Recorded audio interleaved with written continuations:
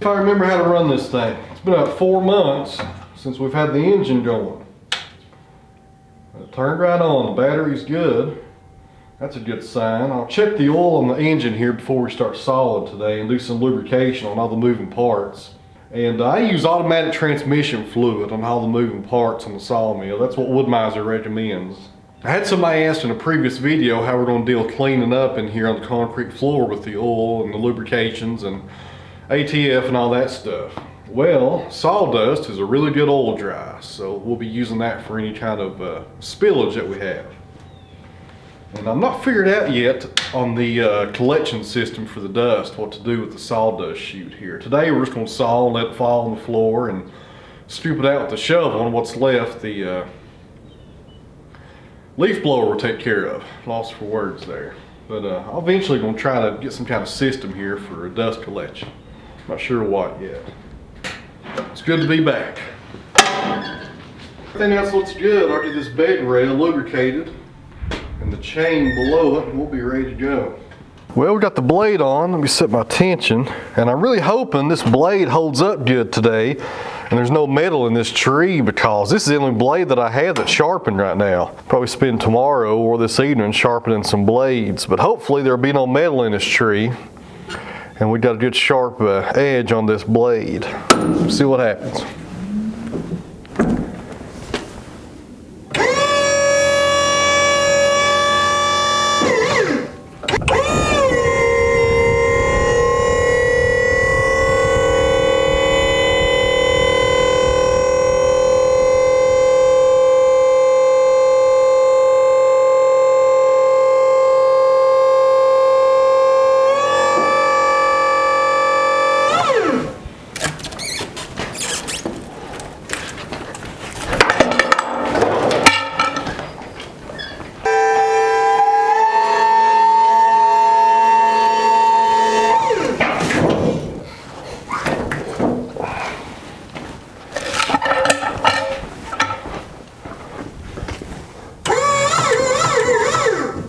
What you run into a lot of the times when you do these crotch logs is a lot of the times they're too wide for the sawmill. I got an LT35 and I wish it would cut wider than it does, but it doesn't.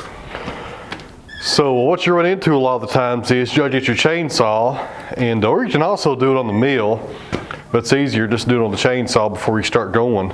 You saw off the sides right here on the crotch it's facing you. I'll actually just do this one side.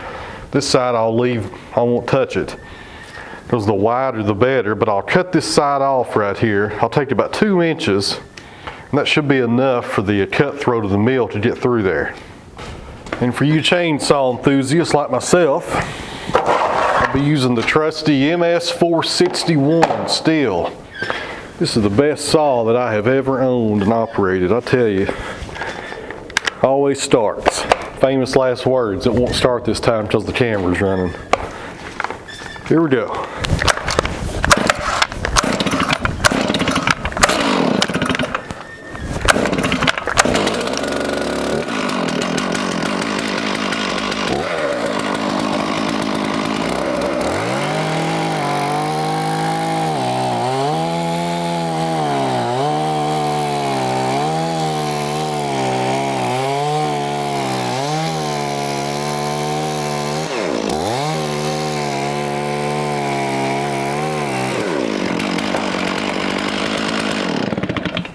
That should be enough to clear the throat of the mill. But when I picked this log up about a month ago, the power company had taken it down, and we hauled it home on the log arch about 2 miles up the road, and I anchor sealed it that day. You have end grain here on this face being exposed to the elements for the first time, and within the next 24 hours it's going to start drying and water's going to start escaping out of this end grain right here. So what I'm going to do after the log is sawed up and on stickers, I'll come back and anchor seal this face. Now if we weren't going to be sawing this up today, or maybe we're going to saw it 4 hours from now or something like that, we'd go ahead and anchor seal it right now and give it time to dry. But since it's going to be getting sawed up right now, we don't want to do that because I don't think it will stick on there very well with that blade running through it. So as soon as the sawing is done, we'll stack it and sticker it, and Anchorseal this up. Just to go over the measurements here before we get started, last thing here guys, this is 8.5 feet in length on the crotch right here, which is where it's most important on our width. It is right at about 24 inches.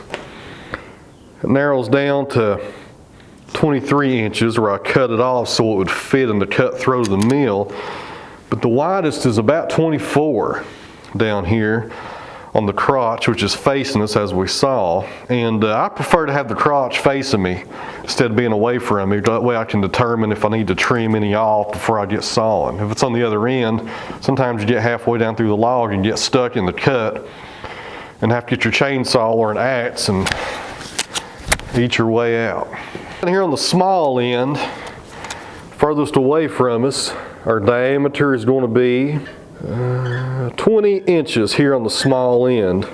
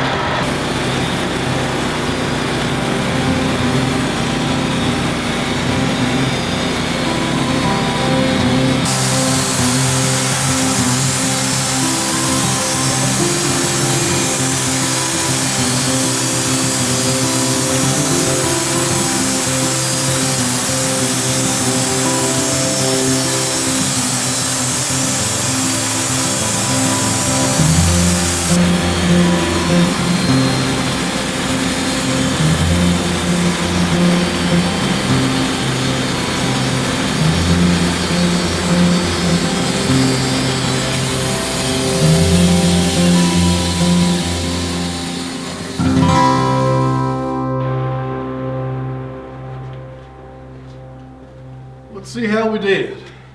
There's our first two slabs off this walnut, and everything went pretty smooth for the first time sawing in here.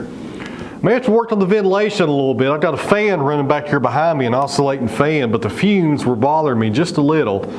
I may get some more fans and hang them up here on the rafters, kind of pointing down toward where the motor runs back and forth to help get those fumes out of here.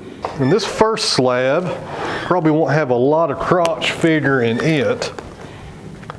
No, more sapwood than anything. A little bit of heartwood there. This was a yard tree.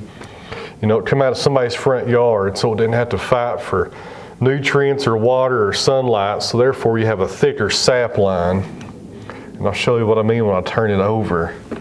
But it's like probably underneath this second slab is where our nice crotch feeder is probably gonna start showing up. Man, these things are heavy. We'll clean this side up first. This is the bark side of the tree. So the other side of it, we should have some really good crotch feeder, I'm hoping.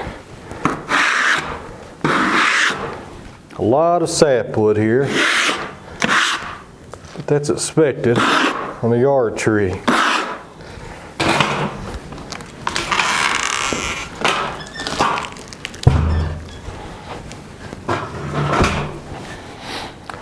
Now, you bring the camera in so you guys can see it for the first time. Hiding under this sawdust right here should be some really nice crotch feeder.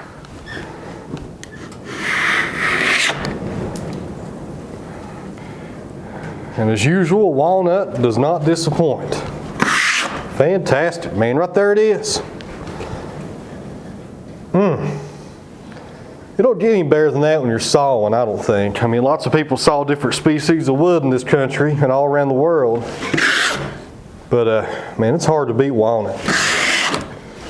Man, this is fantastic right here. We got our crotch in the middle. It's intact. There's no cracks or nothing going on with it. A few pinholes and knot holes around it, which I could care less about. Spreads out both ways. Got about 1.5 inches and 2 on each side of sapwood, which ain't no big deal. Man, this looks nice. It's been way too long since I've opened up some walnut on this channel, or on this sawmill rather. I ain't sawed in 4 months.